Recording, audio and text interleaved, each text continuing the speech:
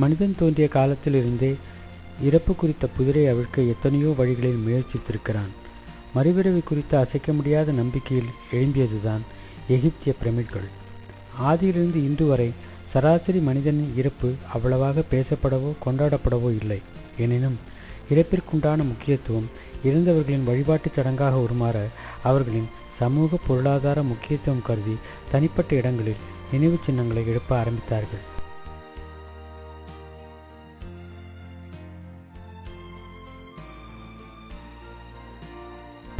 அதுவே ஒரு தனிநபர் சமூக கலாச்சாரமாக மாறி தொடர் நிகழ்ச்சியாக பல ஆயிரக்கணக்கான ஆண்டுகள் நீடித்தது. 5000 வருடங்களுக்கு முன்பு சரித்திரத்தில் அப்படியாக பதிவான ஒரு இடம்தான் இங்கிலாந்தின் வட சாலிஸ்பரியிலிருந்து 13 கிலோமீட்டர் தூரத்தில் அமைந்த ஸ்டோனேஜ் என்னும் சுமை தாங்கி பாறை அதிசயம்.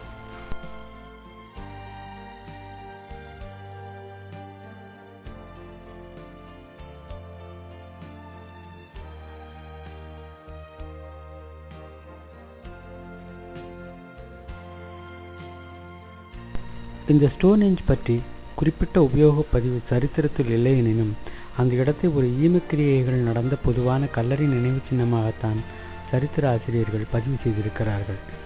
இதுவே இரத்தத்தை உறைய வைக்கும் உயிர்ப்பலி இடமாகவும் வானிலை ஆராய்ச்சி கூடமாகவும் அந்த கால பூமி தேவதைகளின் வழிபாட்டு கோயிலாகவும் இருந்ததாக சில சரித்திர பதிவுகளும் உண்டு. இப்போது நாம் 5000 வருடத்திற்கு முந்தைய ஸ்டோனேஜின் படிநிலை நிர்வாக கட்டமைப்புகளை முறையாக பார்க்கலாம்.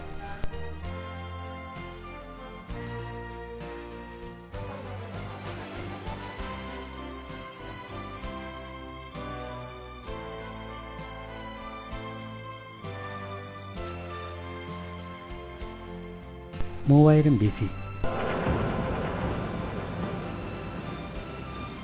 110 மீட்டர் விட்டத்தின் அளவிலான வட்டமான இடத்தை சுற்றி மணல் திட்டுகளால் ஏற்படுத்திய அகழி. இதை தோண்டுவதற்கு மான் கொம்புகளையும் கூரான மர ஆப்புகளையும் உபயோகித்தனர். ஆரம்ப காலங்களில் தற்போது இருக்கும் ராட்சச கல்லிற்கு பதிலாக மரக்கம்பங்களையே நிறுவியிருந்தார்கள் என்பது வரலாறு. இந்த அகழியில் இருந்துதான் புதைப்பொருள் ஆராய்ச்சியாளர்கள் பாதி எறிந்த மனித எலும்புகளை கண்டெடுத்தனர்.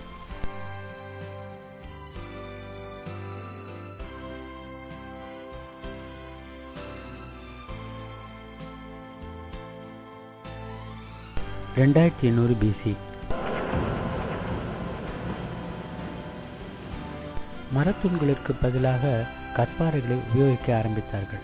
அகழியை சுற்றிய உள்வட்ட அமைப்பை ஒட்டியவாறு வரிசையாக 56 துளைகள் உள்ளது. இந்த துளைகளில்தான் இறந்தவர்களின் அஸ்தி கலசம் புதைக்கப்பட்டிருந்ததாம். பிற்காலத்தில் ஆராய்ச்சியாளர்களால் அறியப்பட்ட ஆப்ரே ஹோல்ஸ் இவைகள்தான். இந்த துளைகளில் மரத்தினாலான கழிகள் பிற்காலங்களில் பொருத்தப்பட்டதால் நாள்பட அவைகள் மக்கிப்போய் இந்த துளைகள் இருந்த இடம் காலப்போக்கில் மறைந்து போனது.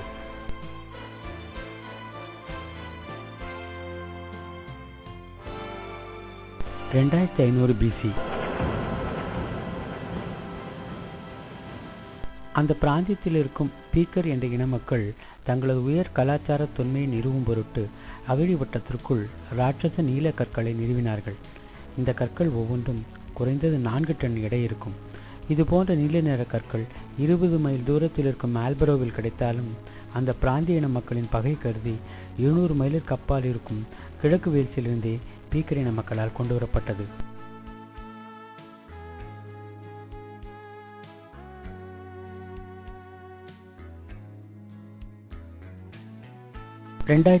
BC இப்படியாக வட்டமாக அடுக்கி நடப்பட்ட கற்களின் நடுவில் 5 சுமைதாங்கி கற்களை குதிரையிலாட வடிவத்தில் நிறுவினார்கள். இங்கிலாந்தில் இது போன்ற குதிரையிலாட அமைப்பில் எந்த ஒரு நினைவு சின்னமும் இதுநாள் வரை கண்டறியப்படவே இல்லை என்பது இங்கு குறிப்பிடத்தக்கது.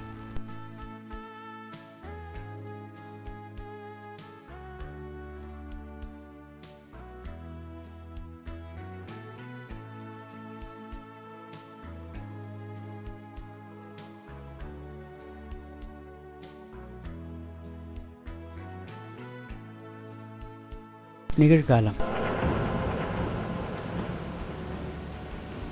வெளிச்சுற்றில் இருக்கும் மொத்தம் 30 கற்களில் இன்று எஞ்சியிருப்பது 16 கற்கள் தான்.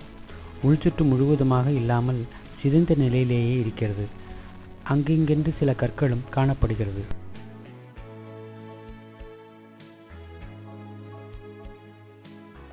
வருடத்தில் ஜூன் 21ஆம் தேதி கண்ணை கவரும் கற்களின் மீதாக படரும் சூரியோதயத்தை காண உலகத்திலிருந்து பல்வேறு இன மக்கள் ஸ்டோன்ஹெஞ்சுக்கு வருவதை வழக்கமாக கொண்டிருக்கிறார்கள்.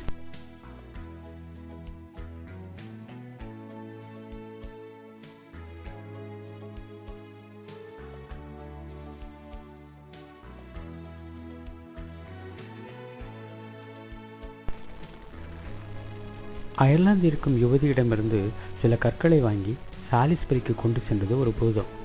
போகும் வழியில் ஆவான் என்ற இடத்தில் ஒரு கல் பூதத்தின் கவனக்குறைவால் கீழே விட அதை துளியும் அறியாத பூதம் இந்த கற்களின் பூர்வீகம் குறித்து யாரும் அறிய இயலாது என்று குரல் எழுப்பி அட்டகாசமாக சிரித்தது.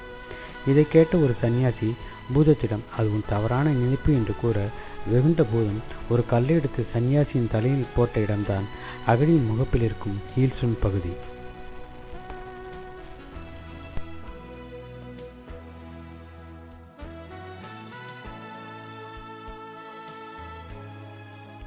அகழியின் வெளிவட்ட சுற்றில் ஏராளமாக கிடைத்த மனித எலும்புகள் ஒன்றை முற்றிலும் ஊர்ஜிதப்படுத்துகிறது.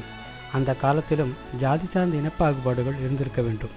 உயர்ஜாதி மக்களை அகழியின் உட்புறத்தில் புதைத்த நினைவு கற்களை எழுப்பியவர்கள் இறந்த பின்பும் உயர்ஜாதி மக்களின் ஊழியத்திற்காக அவர்களின் அடிமைகளின் உடல்களையும் அகழி கப்பால் புதைத்திருக்க வேண்டும்.